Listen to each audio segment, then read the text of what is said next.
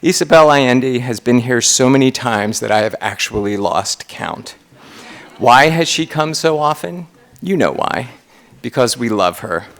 We love her passion, we love her honesty, we love her intellect, we love her stories, we love her warmth, we love her style. We can't help ourselves. Amamos a Isabel. Tonight, our guest will be interviewed by Philadelphia's own Janet Benton, author of the much-praised novel Lilli de Jong. Please welcome back to the Free Library, Isabel Allende and Janet Benton.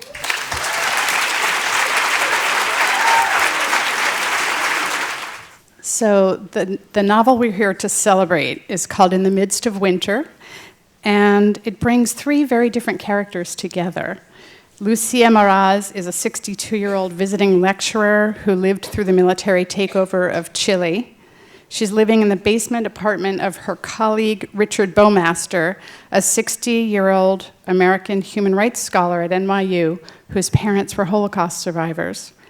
Evelyn Ortega is a tiny, stuttering woman who fled Guatemala after gang violence took her two brothers. She has become a nanny to a boy with autism. They become involved in a situation together. I'm guessing many of the people here tonight would like to know how these characters and this story came to you. How the story came to me? Bits by bits. I start all my books on January 8th, and by the holidays of 2015, I had rented a brownstone in Brooklyn where I was spending the holidays with my family and a couple of friends. And somebody asked, what are you going to write on January 8th, the day I start all my books?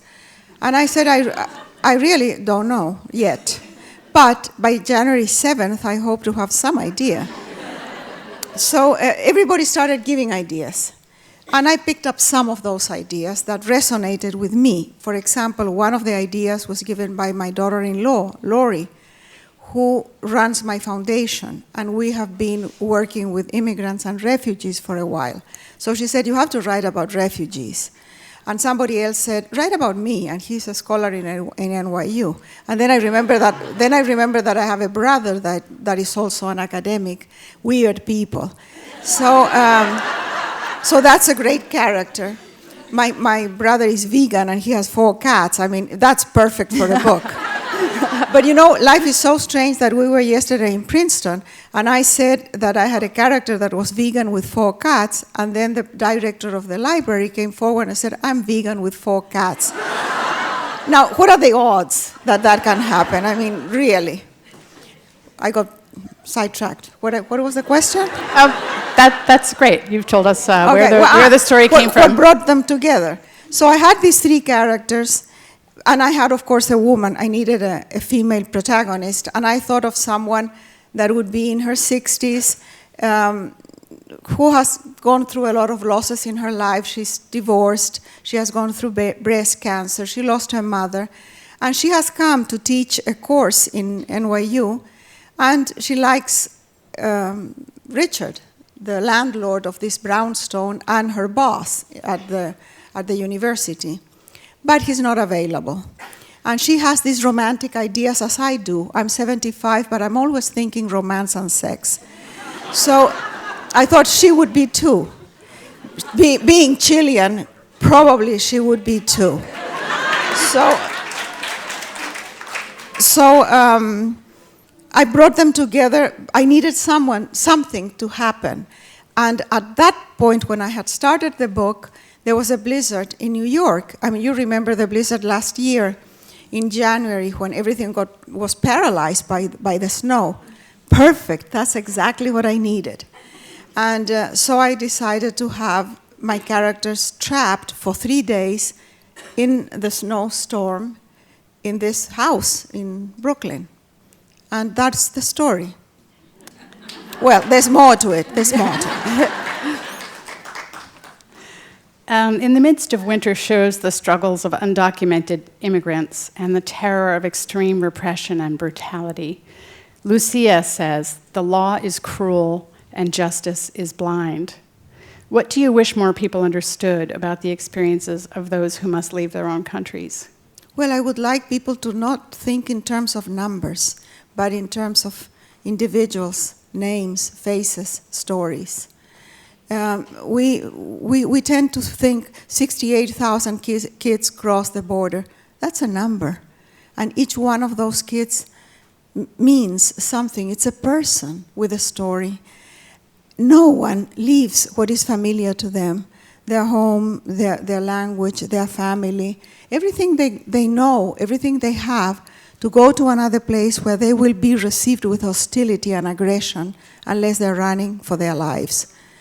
And refugees all over the world,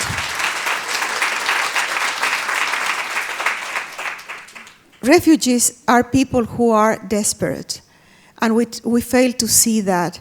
There were no Syrian refugees a few years ago. Why do we have millions of Syrian refugees in Europe today? Because of the circumstances in their country that forced them out. We wouldn't have Central American refugees today if it was not because the circumstances in their countries are so bad that they have to leave. And responsible for that state of affairs is a history of genocide, of exploitation, of abuse, and CIA intervention to prop up the worst kind of government in those countries. So it is important to understand the causes of this and think that it's not a wall that would stop them. What will stop them is trying to solve the problems in the countries of origin. You know, when in 1973, when I left my country after the military coup, thousands and thousands of Chileans went to Venezuela, where we were well received, and we found work, and our families prospered there. Now, because of the situation in Venezuela, thousands and thousands of Venezuelans are going to Chile. And Chile has become a country that is stable. It has political, economic, and social stability, and is receiving all these people. So it depends on the circumstances in the countries of origin. Yes, thank you. Your work gives great importance to the pasts of your characters. In this novel, healing occurs as the characters share their painful stories. This need to share one's stories comes partly from the dislocations the characters have experienced. Does this apply for you too as a writer? Are your novels in part the fruit of exile? I don't know if they're a fruit of exile, but my first novel was an exercise in nostalgia, in longing. I was living in Venezuela, and I was beginning to forget my country, my family. And then on January 8th, 1981, my grandfather was dying, and I started a letter for him to say, I remember the stories you told me, I remember the family. And I wrote about a fictional family that was exactly like mine, to the point that several members of my family have not spoken to me to this day. And that little micro world of the family reflected the macro world of the country. So it's 70 years of history of the family and the country. I would not have written that book without exile. But when I write, and I think of a character, immediately I think what happened in that character's life. For example, I wrote The Japanese Lover, I think a couple of years ago. And my characters are 80 years old. My first question is what happened in the 80 years of these people's lives? The most important thing that could have happened was the Second World War. That affected the female protagonist because she was Jewish, and the male protagonist because he was Japanese. He was in the internment camps in the United States. So that determined their fate in many ways. And for me to be able to write a story, I need to know everything about the past of the character. Yes, I remember reading in Paula, I believe, that that was a habit you developed working on plays early on. Yes, I wrote a few awful plays when I was young. And we would be working with the actors. And the first reading is around a table usually, and each one of the actors reads their part. And then the work begins because the actor even if the actor will be on stage for 5 minutes, he or she needs to imagine everything about the character in order to make that sentence that will be said on stage believable. And I apply that now when I write. One of the themes of this novel, to me, seems to be forgiveness. And Richard, Lucia forgives Richard and wants him to forgive himself for some terrible things that happened in his life. I found that hard. To forgive oneself? Yeah, to forgive him. It's so much easier to forgive other people than to forgive ourselves. Yeah. I guess I'm just interested in the way that exploring one's past might involve forgiveness. Is that each of them has a past that's... it's very traumatic. Yes. These are, the title of the book comes from a quote by Albert Camus that says, "In the midst of winter, I finally found within me an invincible summer." And I imagine three characters traumatized by their past who are living in an emotional winter. And they're stuck there. And when they begin to tell their stories and share their experience, and they open up and they take risks, they find solidarity, compassion, friendship, humor, and eventually the invincible summer. So the idea that in sharing our stories we learn to forgive each other and to forgive ourselves also, because we realize that at least most people have not done anything that is so awful that cannot be forgiven. I mean, I'm talking normal people, not psychopaths. Yeah, or politicians.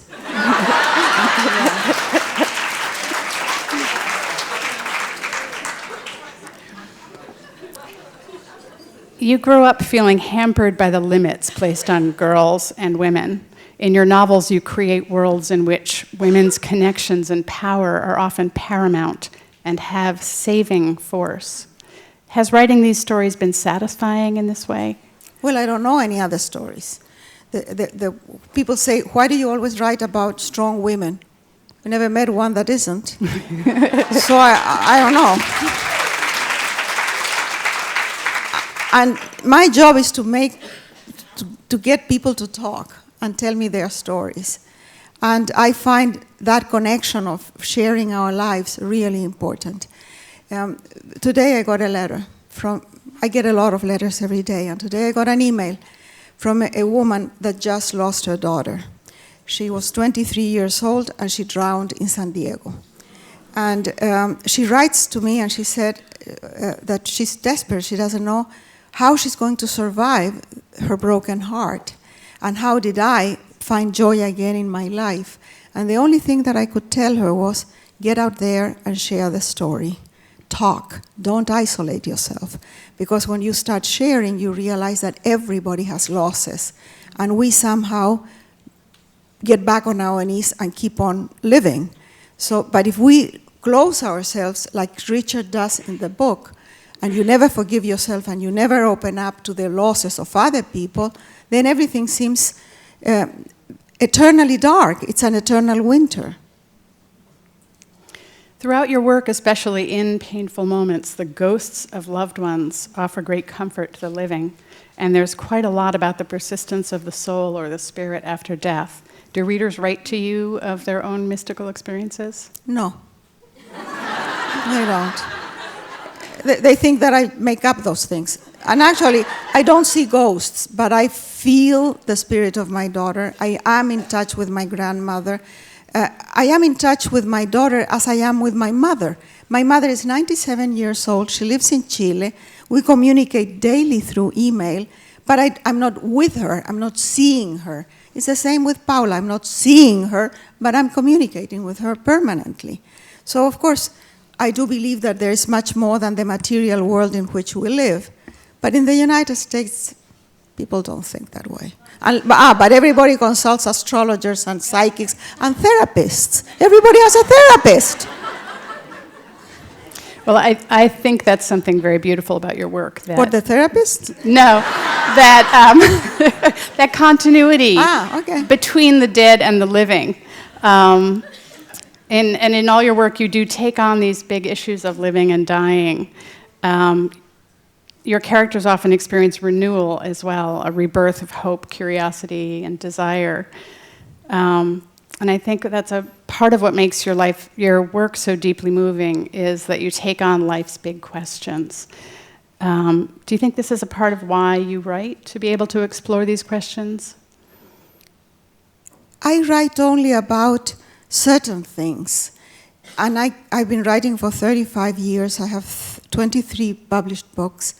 And I look back at my life as a writer, and I keep repeating certain themes. Certain things just come back: for strong women, absent fathers, violence, death, love, loyalty, redemption, organic justice, which is all not the same as the justice of Department. I mean, Department of Justice. And I find that there are themes that are always in my writing. I suppose that if I was more aware of it when I start writing, I would try to avoid it and explore new things. But that's what I care for. I couldn't possibly write a novel about Wall Street, but I can write novels about a Guatemalan immigrant or about people that I can connect with. In Paula, you say that your tata, your grandfather's stories alone could fill your lifetime of books. Has that shifted for you in recent years? Do you feel like you're drawing on I guess partly living in the United States for as long as you have? Well, they say that there are only 12 stories in the world, and all the rest are variations of those 12 stories. And I suppose my grandfather told the 12 stories because I can find different angles to those stories, but it's always about the same things. Like Shakespeare, you know, that it's all about the fundamental, the deadly sins and the fundamental obsessions of humankind, that you find them 500 years ago as valid as today, and they are the same in Finland or in Brazil. It's the same. I'm glad you brought up Shakespeare, because I know, or I read that when you were young, you were given the complete works of Shakespeare, which you devoured. Not because I like the writing, I like the stories. I mean, who's there? What's there not to like? People who eat their children. I mean, it's just fantastic. So it's really quite wonderful to read about the books that happened into your life and had such a big influence on you, including that falling apart copy of 1001 Nights hidden in your stepfather's 3-section wardrobe that you secretly read at the age of 14. In your memoir, Paula, you write, quote, "On those pages, love, life, and death seem like a gamble. The descriptions of food, landscapes, palaces, markets, smells, tastes, and textures were so rich that after them the world has never been the same to me." To me, this describes the wonderful experience of reading your work. And I wonder, nowadays, when you start to read a book by someone else, what are you hoping to find? Connection. I want to connect to the story and surrender to the story. The few times that I've been teaching, very few times, or when people ask me, aspiring writers ask me for advice, I can't give any advice. But if you're a writer of fiction, the only thing I can say is that your first responsibility is to make the story believable. You're writing fiction, supposedly it's a pack of lies, but those lies have to be fundamentally true. They have to be founded on something that is very good research to begin with, and sentiments and events that are real so that people can connect to it. And without that connection, you have the kind of literature that is very entertaining, like crime novels or romance novels or vampire novels that are great, but you cannot connect, you cannot surrender to the truth of the story. You know that you're just being entertained. And that's not the kind of book I write. So I need to make it believable to the reader, which is hard, because fiction has to be believable, but reality seldom is. Are you aware of layering in sensory details into your work, which is part of what makes it so believable? the details. Yeah, the I love sensory the details. Yeah. I love, and when I read, I want to find details too. Not because I want to learn something, but because it brings it to life. And when I was young, very young, reading 1001 Nights, we were living in Lebanon at the time. And girls in Lebanon didn't have any social life. We went to school and we were at home, and this was in the 50s. I'm really old. I look good, but it takes a lot of money. And I look good from a distance. Don't get too close. But in Lebanon, when I was really young, reading these books, of course I was with a flashlight. I couldn't mark the books because my stepfather would have found it. So I was always looking for the dirty parts. And so I was jumping from one story to the other, but I would get caught in the details, in the fascinating detail of the description of fabrics, of textures, of flesh, of the smell of the fruit in the market. That was fascinating. And I think that in a way has permeated my writing. And it came back to me in Venezuela.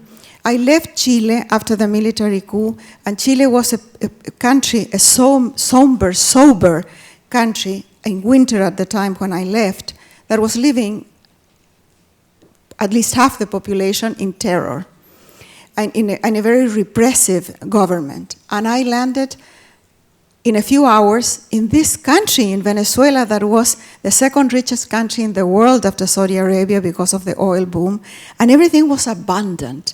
And there were mangoes lying on the street that you didn't have to buy them, you could just eat them. In Caracas, there was more champagne sold in Caracas than in all of Europe.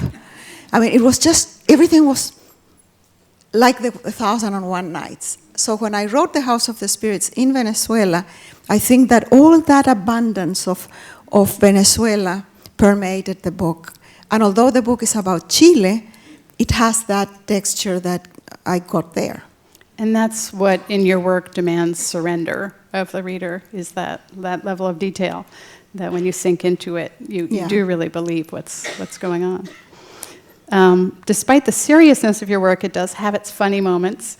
I hope so. And in the midst of winter, you write of the character Lucia that, quote, her Chilean irony was untranslatable. I wondered, that made me think about your own work, of course, being written in Spanish and being translated. Do you suspect that some of your humor doesn't come across in translation, or have you long given up on worrying about that since your work is now in 35 languages? I don't worry at all. Who knows what is translated into Vietnamese? Chilean humor is like Jewish humor, really tough, and it's not politically correct. So, of course, it's not translatable in the United States, where everything is so politically correct that we live in a very boring world. So my translators have to tone it down, and then when I read the translation, I go line by line. I call the editor and I said, they missed this. And she said, well, it doesn't sound good here. So I know that sometimes you have to adapt the book to the other culture. Have you ever had an instance of that where something quite surprising was changed that you learned about, or no? No, I have heard that in other languages things have been changed dramatically, but I have not been able to see it because I can't read the language. I was told that in Japan, Paula was a boy, but I'm not sure. I'm not sure. That's a pretty big change.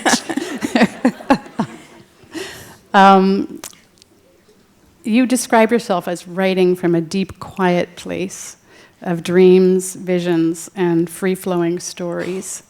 Do you also revise from that place, or is there a different experience when you're revising? No, it's totally different.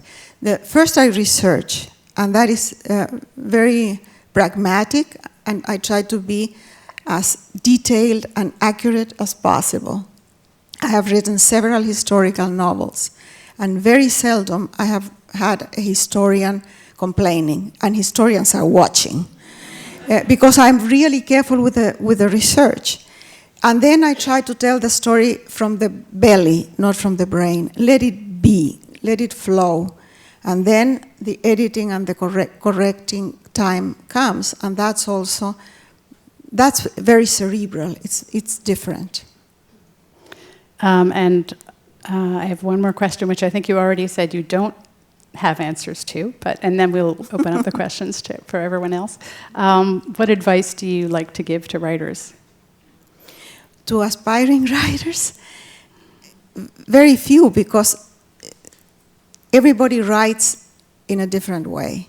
This is a creative process, and creativity happens in very different ways. I was listening some time ago to Anthony Doerr, who wrote All the Light We Can't See, and he was talking about his creative process, and he was rambling, talking about this and that, and I said, how is he going to put this stuff together? And at the end, you realize that all this he has been talking about are the pieces of the puzzle that allowed him to create the wonderful book that he wrote. And so I got a glimpse of how his mind works, but every mind works differently. I think that my mind works in circles and spirals, never in a straight line. So I can't have, for example, a script, knowing that I'm going from this point to this point. No, I just go around, and sometime the circle starts getting smaller and smaller until finally I sort of get the story. I would say to aspiring writers that this is like training for sports. You train, and nobody cares about your effort or how long it took to train until you can play the game and perform. And that's the only thing that counts. And in writing, it's the same. You are not going to write the great American novel in one sitting. You train, and you write, and you write, and you write until maybe, if you are lucky, one day there is a draft that you can show to somebody. The other Possibly covered with soup. Yeah. The other thing is, be merciless. Cut what is not working. Don't save what you have cut because it's not recyclable. It won't work in another. If it didn't work there, it won't work later. And I would say don't show your work around because it gets stale. If you talk about it too much, if you show it around too much, then you get a lot of opinions. And you start telling, and you never write it. And if once you have a good draft, then try to find an agent, because otherwise it's not going to work. Nowadays, the publishing industry is really hard. Buenas noches, soy chilena. Gracias. Thank you so much. I've seen you all over the U.S. on the East Coast when I've been here. I've been in the United States now for 17 years. And I wanted to ask you, as a Chilean as well, how do you stay current on such a small country that, I don't know, you're one of our best. You are one of our best, representatives. And so when I was dating, my now husband wanted to know more about me, so I lent him one of your books.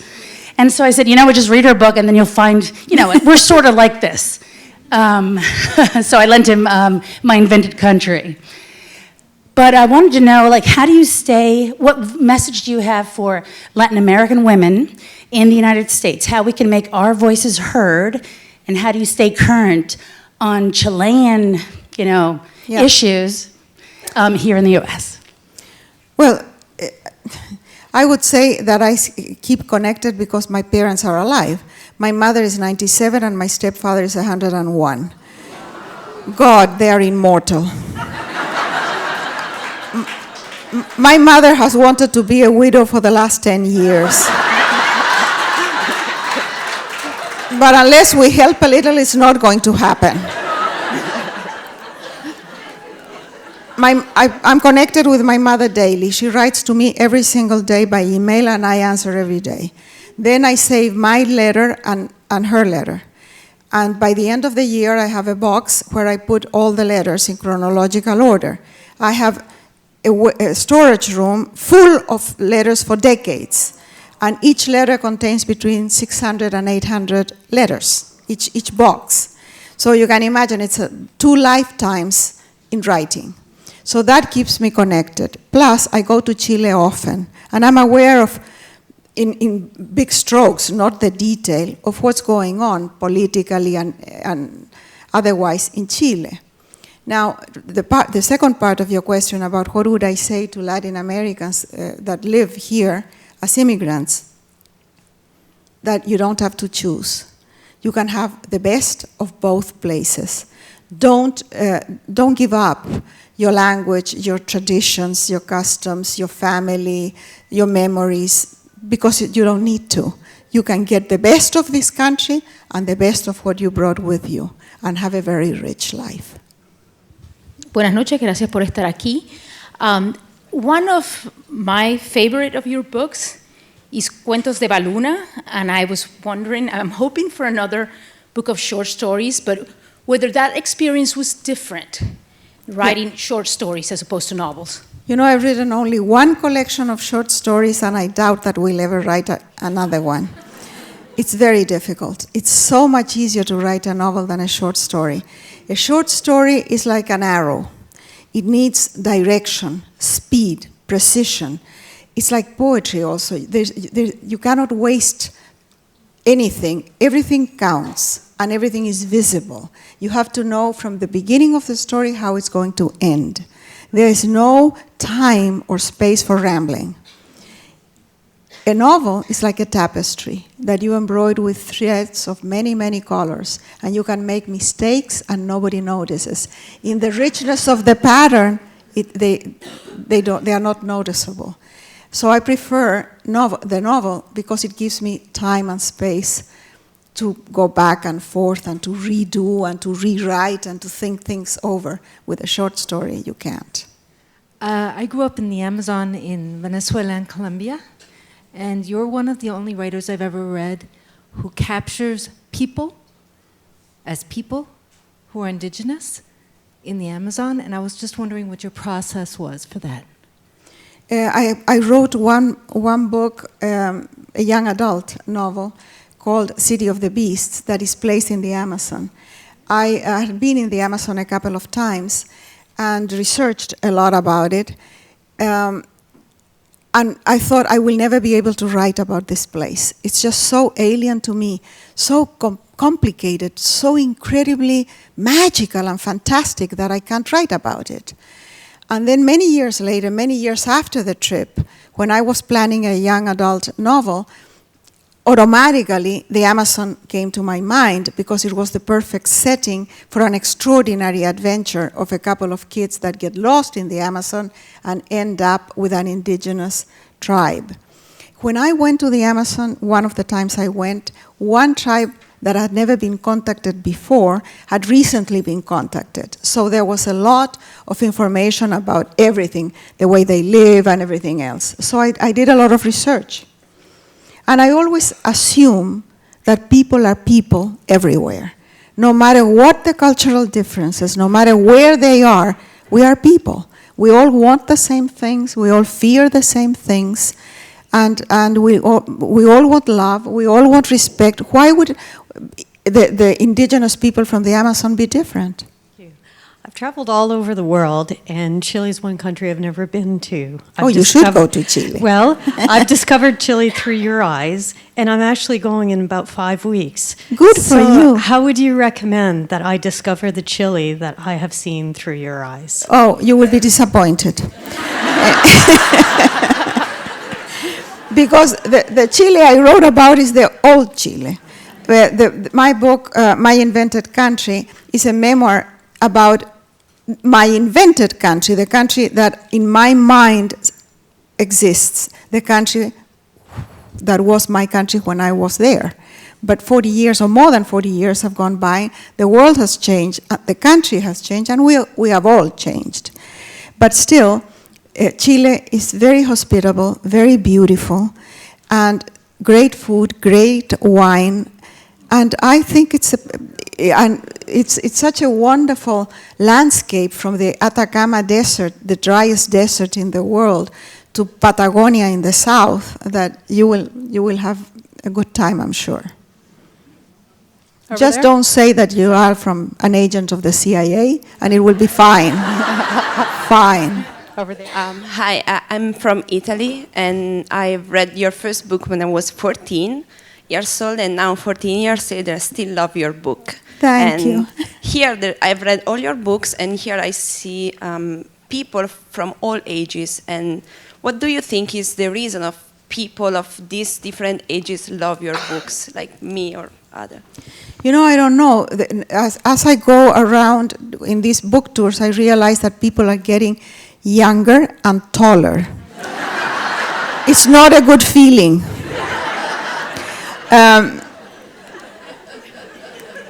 And as I said before, I think that what connects people to my books is that I write about what happens to all of us. I mean, I write about human stories, relationships, connections, and the stories that we all, in one way or another, have lived or will live. So maybe that's the connection. And I also have good publishers and good translators. Probably the translations improve my book. My last name is Allender, and the most common mispronunciation is Allende, and it's the one I never, ever tell them is wrong. Your work that has been my favorite is your memoir. I love memoir, although I'm looking forward to reading this. And I'm wondering how you feel about writing memoir as opposed to writing novels, if it touches you differently, and if you enjoy it as much, because I can hear in your voice how much you love writing novels. Well, writing a memoir is very different. Very different. And I have written memoirs more out of need than anything else. My first memoir is Paula, and I wrote it at a time when my heart was broken after the death of my daughter. And that book allowed me to put together all the confusion of that year when Paula was ill, and make sense of it, and get through the first year of mourning that was really bad. And the second memoir, written like 10 years later, I wrote because many people asked what happened to the people that appear in Paula, to Paula's husband, to her brother, and what happened to them. And so I wrote a second memoir called The Sum of Our Days.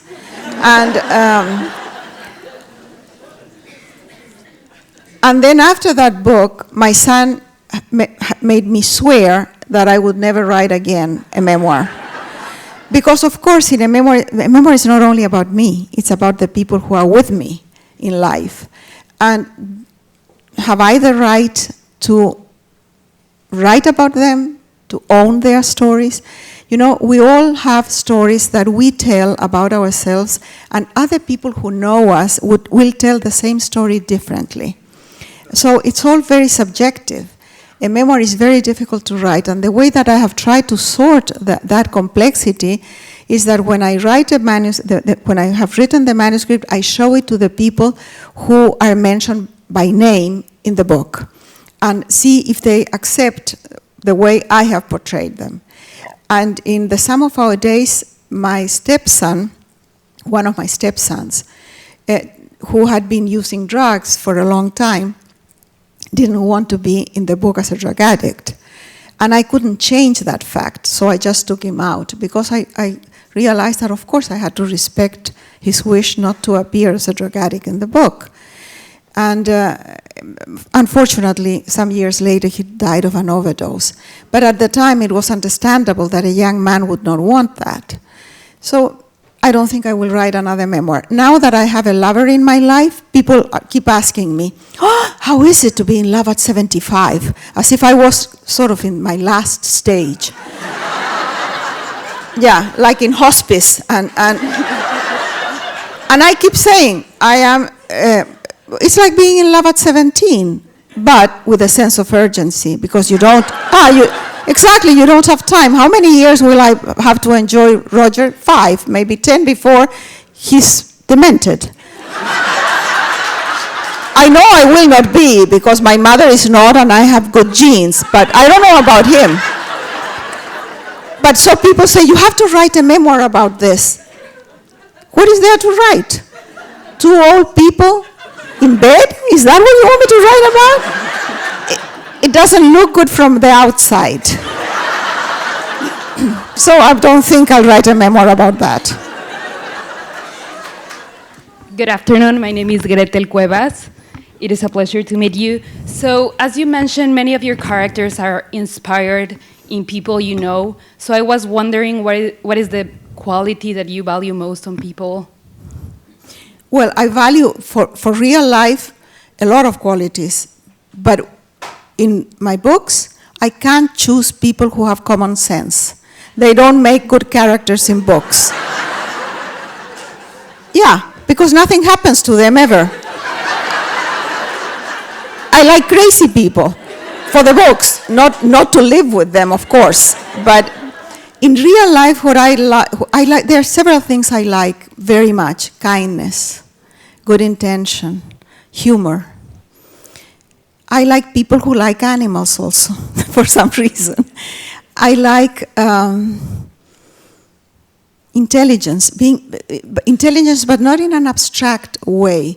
It's the intelligence of catching what is in the world, curiosity, enthusiasm for life. All that is important to me. And if it's a male, I hope he will be also sexy. It's not necessary, but it's a good trait. It's not often that you can find someone in their 70s, though, that is sexy. Not, maybe Harrison Ford? Maybe. Hi, my name is Carolina Lopez. I actually got introduced to you by my mother. My mom is a huge fan of yours. Thank you, Mother. So I wanted to know, how was the experience of bringing one of your books to a movie in the case of The House of Spirits? And will there be another book turned to a movie? Well, the experience of The House of the Spirits was wonderful. I was not asked anything about the script or the cast, and the movie was filmed in Europe with a total Anglo cast, so it had a bad rep in the United States because many people complained that why didn't they give a chance to Latino actors if it was a story placed in Latin America. But even so, I liked the movie very much. And the movie gave a new dimension to the book. Many people will never read the book, but the movie has been around for 20 years.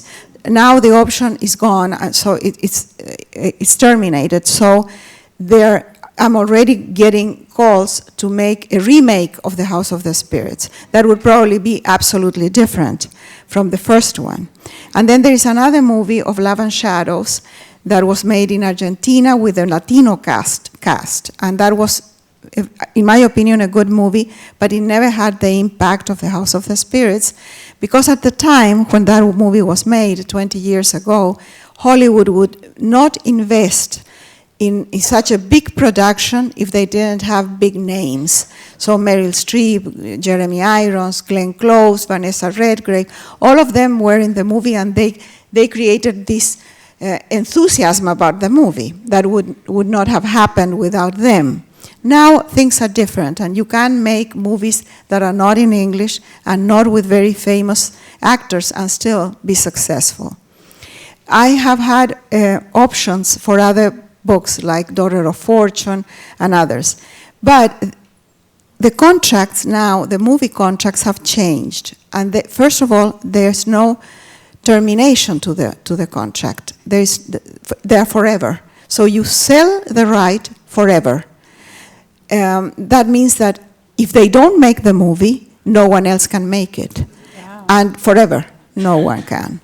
Then they want the rights to do everything with the option. They can do animation, they can do a musical, they can do whatever they want. Plus, they want the copyright of the characters, which means that if I write about my own characters, I have to pay them a royalty. I can't sign that. Hi, I'm from Buenos Aires. I emigrated here when I was 4. When I was 19, it was the only time I went to Chile. I was in Santiago. I went with my grandmother from Buenos Aires. She had a funeral, and I went to visit my best friend here who was studying abroad in Santiago.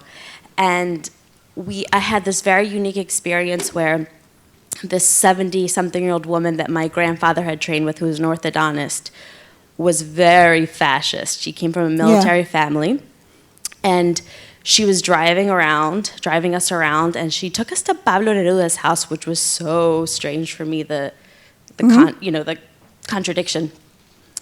But so my grandmother, everything she said, I was like almost vomiting. But my grandmother was looking at me in the rearview mirror like, don't say anything. She's doing us a favor. So it was like very difficult for me. But I guess my question is, what do you do when you encounter people like that from Chile, if there's anybody you're in touch with like that, or here, that just kind of make you vomit when they talk, but you also understand that they have a story and an experience that affected their family. So yeah, that's it. Well, it's interesting that you bring that up, because the military coup happened in 1973, a long, long time ago. And still, Chile is a polarized country in many ways, because the scars of the dictatorship are still there. And the last person who experienced the repression of the dictatorship needs to die before we can turn the page and say, okay, this is ancient history. The military dictatorship would not have lasted 17 years without support of a part of the population. I would say 1/3 of the population, at least. And to this day, many of those people still believe that the dictatorship was good for Chile, that it forced people to work, that it organized the country, that it avoided a socialist government or whatever. My best friend is one of those people, my best friend in Chile, Pia. That has not affected our friendship. She understands me and I understand her. We come from different backgrounds and we experienced all that period differently. She and her family benefited. Me and my family had to leave. And yet we can talk because we have a lot in common and we love each other. So when I see what's happening today in the United States, it breaks my heart. People are not talking to each other. There is this abyss that is getting wider and wider, in which we simply ignore the other side. We don't want to hear what they have to say. And how are we going to get to an understanding, to change things or to work together in those issues that are important for the country if we don't talk to each other? So I'm not, of course, I don't like Trump, of course. But that doesn't mean that I can't talk to somebody who does. I can. I vomit in the bathroom, but I do talk. Yeah.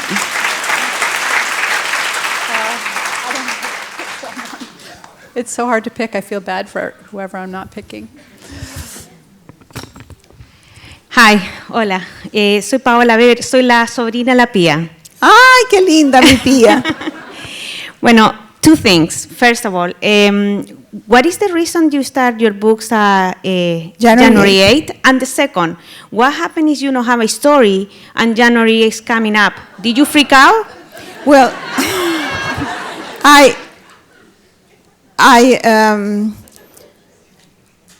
I'm still thinking of Pia. I'm sorry.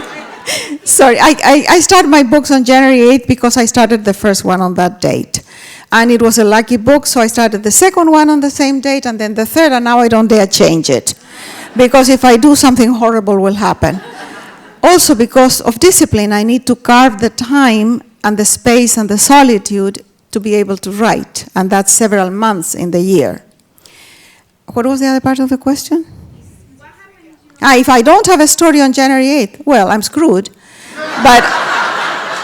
But that doesn't mean that I don't show up in front of my computer. I get there and I just wait and try this thing and that thing. I usually have a vague idea of a time and a place, but I don't have a story. I don't have the characters. That will happen in the next few weeks. I never give up. It's like love, you know? I like a guy and I never give up.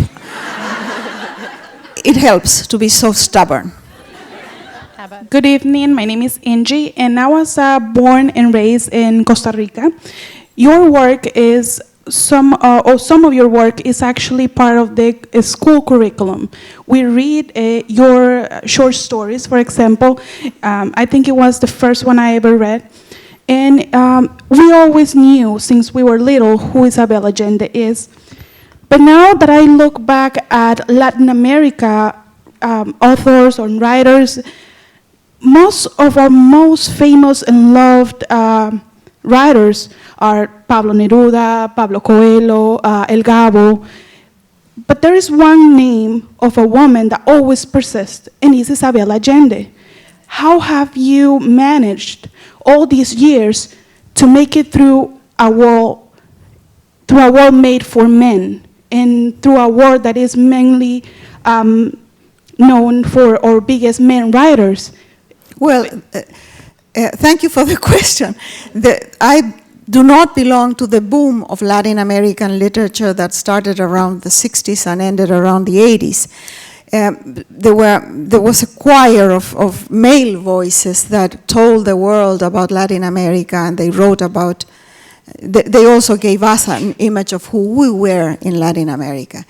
And when I wrote The House of the Spirits, it was said then that I was the last one and the only female of the Latin American boom. According to other reviewers or critics or professors, I don't belong to the boom. Thank God, because they're 10 years older, so that's good. And many of them are dead already. But it was hard, because you need to do double, triple the effort to get half the respect and recognition, if you do. It has taken me 30 years to be respected in Chile as a writer. I am the most well-read writer in Chile by far, and still people wouldn't say that I was a writer. They would say that I'm a narrator, a storyteller, or whatever. It took the national, I got finally the National Literary Award that is given every 4 years to a writer. And when I got it, finally, people said, oh, they couldn't deny the fact that I was a writer. You know, it's been very hard, not only because I'm a woman, but also because I sell books. And so people tend to think, I mean, reviewers and academics tend to think that if you sell books, they are commercial books. It's a great underestimation of the reader. It's assuming that readers read trash only. And that makes me really mad. Also, it makes me mad that a young guy of 19 can write his memoirs and get reviewed, and a woman who has been writing for 35 years has a hard time getting reviewed.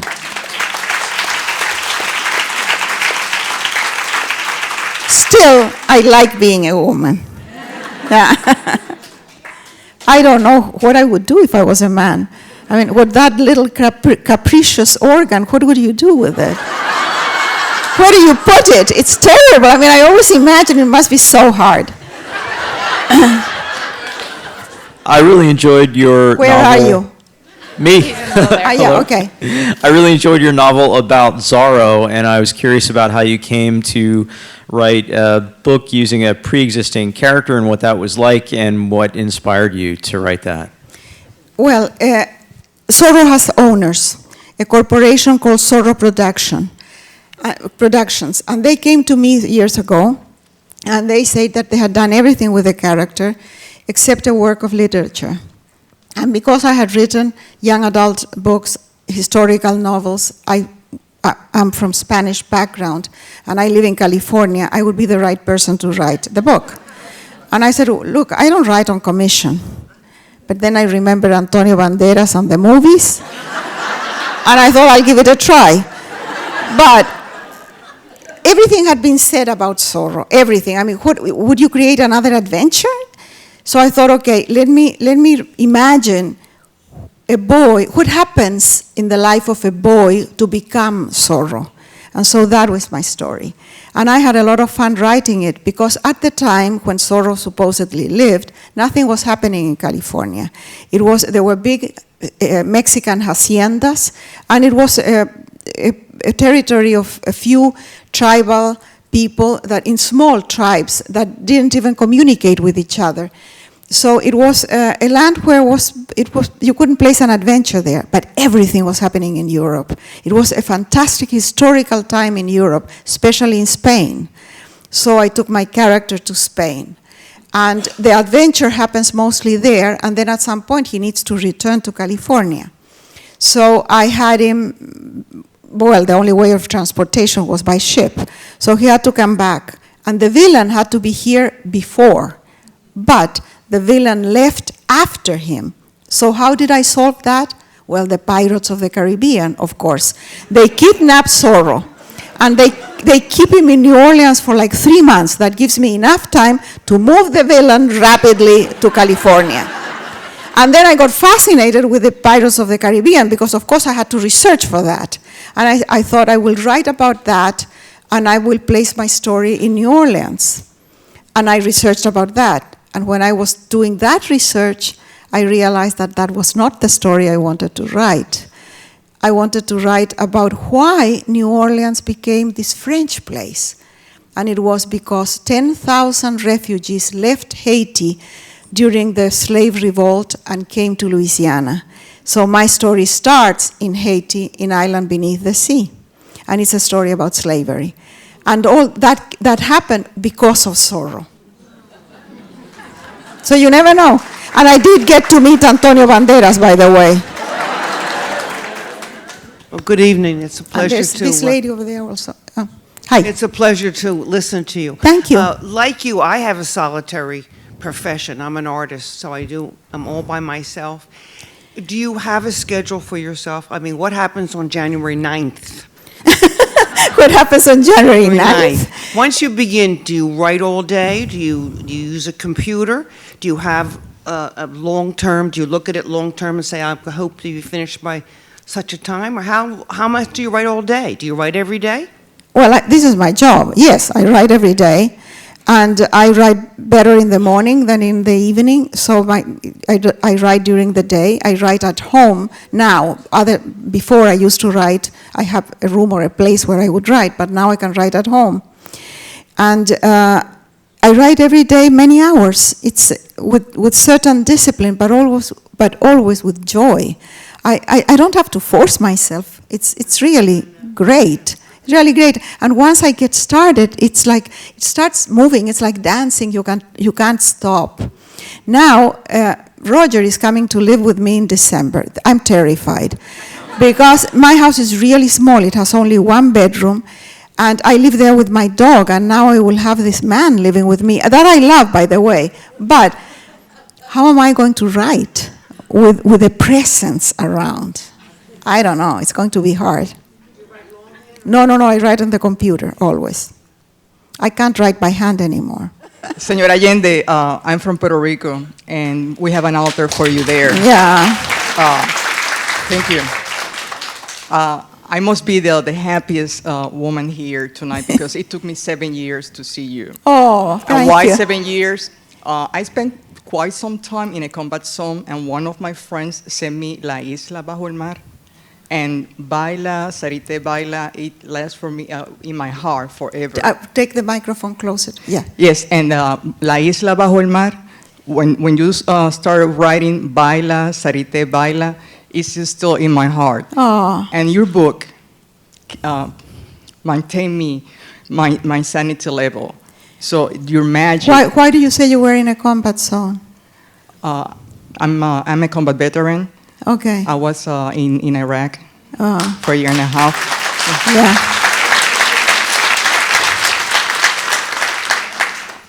And thank you for that. And I believe that you have been saving many of us. And please always remember Puerto Rico and all of you as well. I do. I love Thank Puerto you. Rico. Thank you Thank very you. much. Thank you. Thank you.